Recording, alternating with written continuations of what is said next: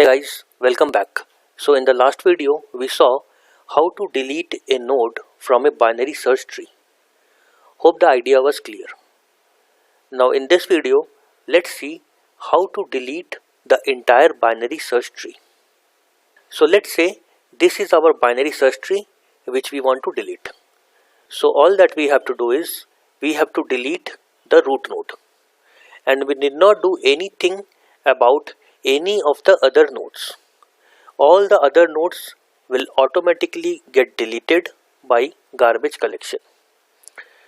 Once 100, which is the root node, is deleted, 80 will not be pointed by any node. So 80 automatically gets eligible for garbage collection and gets deleted. Once 80 gets deleted, 70 is not being pointed by any of the nodes, so 70 and 90 gets deleted. Similarly, 50, 40, 60 and 200 and all of these nodes get deleted. So to delete the root node, all that we have to do is we have to say root is equal to null. Now when we say root is equal to null, automatically the root gets deleted and so is all of the other nodes. So this is how we delete the entire binary search tree. Fine. Now let's see what is the time and space complexity of this algorithm. Now root is equal to null is just one statement which will take a constant time. So the time complexity is order of 1.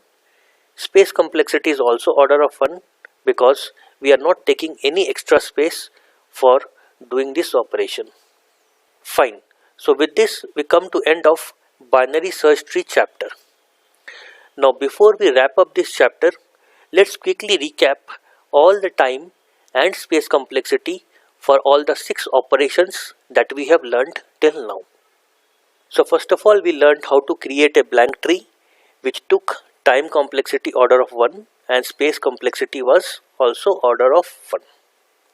Searching for a value in a binary search tree took log n time and space complexity was also log n because it will use internal stack to do all the search operation. Then we saw traversing a tree. So there are 4 ways in which we can traverse a tree. So the time complexity for traversing a tree was order of n. Space complexity was again order n because again it uses internal stack to do all the recursive calls. Then we learned how to insert a node in binary search tree which took log of n time and space complexity was also order of log n. Deleting a node took log n time and space complexity was also log n for it. Finally, deleting the entire tree was a constant time operation, so it took order of 1 time. Space complexity was also order of 1. Fine. So with this we come to end of binary search tree topic. Now in the next video we will start the next topic, that is AVL tree. So let's do that in the next video. Thanks for your time. See you in the next video.